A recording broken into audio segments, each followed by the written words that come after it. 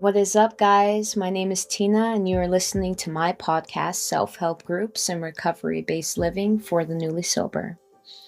I want to share some knowledge with you today that was freely given to me when I entered the rooms of recovery. So, for people who are newly sober or know anyone who's seeking sobriety, this is the place to be. Now, in our time and age, addiction issues is becoming more of a problem. And most people are unaware of the long-term benefits and overall best options to obtain sobriety. Now, I'm sure therapy or medication-based therapy seems like an easy fix.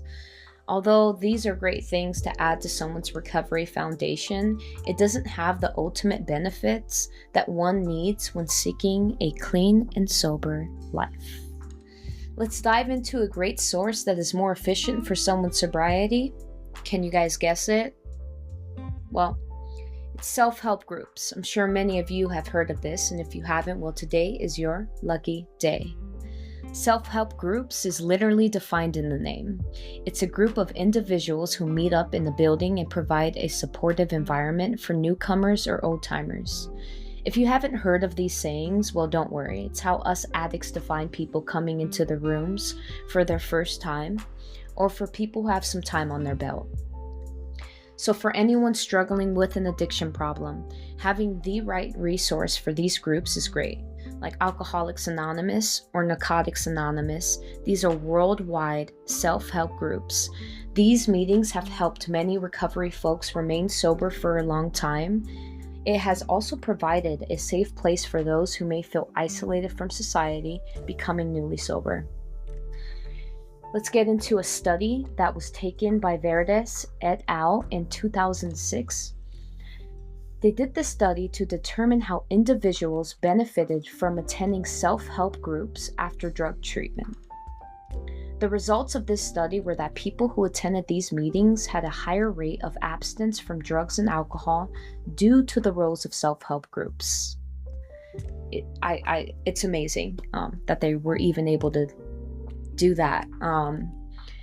I also want to get into an example, which is more of a personal story, and it's my story, and I'm very excited to share this with you guys, to shed some light onto the miracles of self-help groups. So when I found myself desperate, alone, and seeking sobriety for my addiction problem, I was gracefully brought into the rooms of NA and AA, which has saved my life. And it didn't take much for me, like money or visits to a therapist's office or prescription medication. And quite honestly, I just wasn't willing to risk any more of myself, and I needed a win. Let's fast forward to 7 years later. I'm still clean and sober from all mind-altering substances.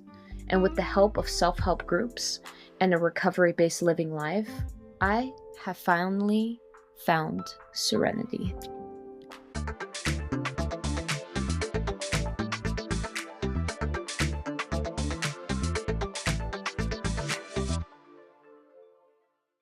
Let's get into part 2 now.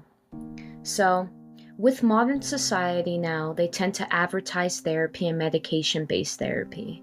And this may work for some people, but as an advocate with personal experience, it has been proven that the disease of addiction is incurable and can be more effectively helped by these groups and the people who share the same experience. A lot of times, a recovering addict may struggle to relate to others who don't share the same problem, which creates low self-esteem or not feeling like they belong in society. Let's be honest, guys. I'm sure everyone has experienced this before and can understand how amazing it is to find others who can not only relate to you on a different level, but they place hope in your life by being an example. When you place a person in therapy, this may cause some isolation within them that usually results in a relapse. Giving that person a safe place to socially network among other individuals with the same issues can result in a more fulfilled, longer recovery. It removes the stigma and places peer-to-peer support and the mentoring program where one can boost their confidence and self-esteem to be a productive member of society again. Here's a great research In 2012, Paradishini did a study of 60 participants.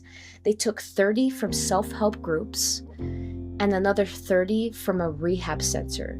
They wanted to see how these individuals felt in their recovery with the environment that they were in. They concluded that people who attend self-help groups ultimately had better benefits because of the support system and made them feel more wanted in society.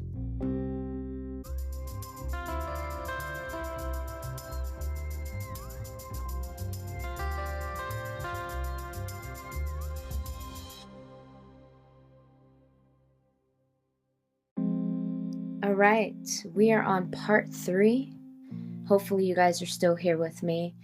I want to dive into what happens after treatment for a newly sober folk. Usually they go back home or go back out and relapse. This really isn't uncommon, but what could be another alternative to get a person more prepared with a stronger foundation and support system other than self-help groups? Don't trip if you don't know. I got you. Yep, you guessed it again. It's sober living homes. Let me break down what these are so you can better understand. A sober living home is a place where people basically just go and live. They rent a room, they may have a roommate or two. It's a place where someone goes when they are not ready to go back to their regular routine, families, or they require a little more structure and support for their recovery. A sober living home creates this recovery environment and gives motivation to anyone who is stagnant or just lacking a support system. This is one of my favorite academic researches. It was taken in 2015 by Poulsen et al. To see how people staying in a sober living home motivates them to remain sober. And they concluded in this research that sober living homes create a social environment based off of recovery, which results in the person receiving more support and motivation to remain clean and sober for a longer time. I mean, it's absolutely incredibly amazing that something that seems so small can result in something so much bigger.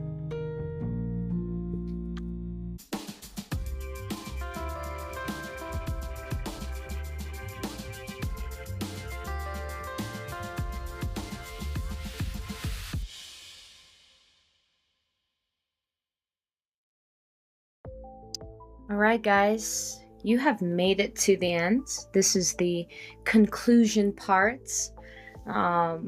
Overall, what can I say? Self-help groups, recovery-based living, and sober living homes are absolutely one of the best things to include in your recovery. They place hope back into someone's life and has this serenity energy for anyone who is lost. The stigma with addictions and the lack of resources is a prevention of ever truly experiencing life at its fullest.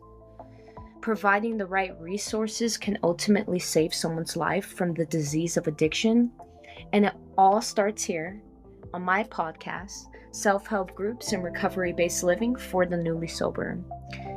So go shed some light into a person's life or your own and get to a meeting. Be an advocate. And honestly, I wish everyone the best, and I'll meet you guys back here for another episode. I'll see you there.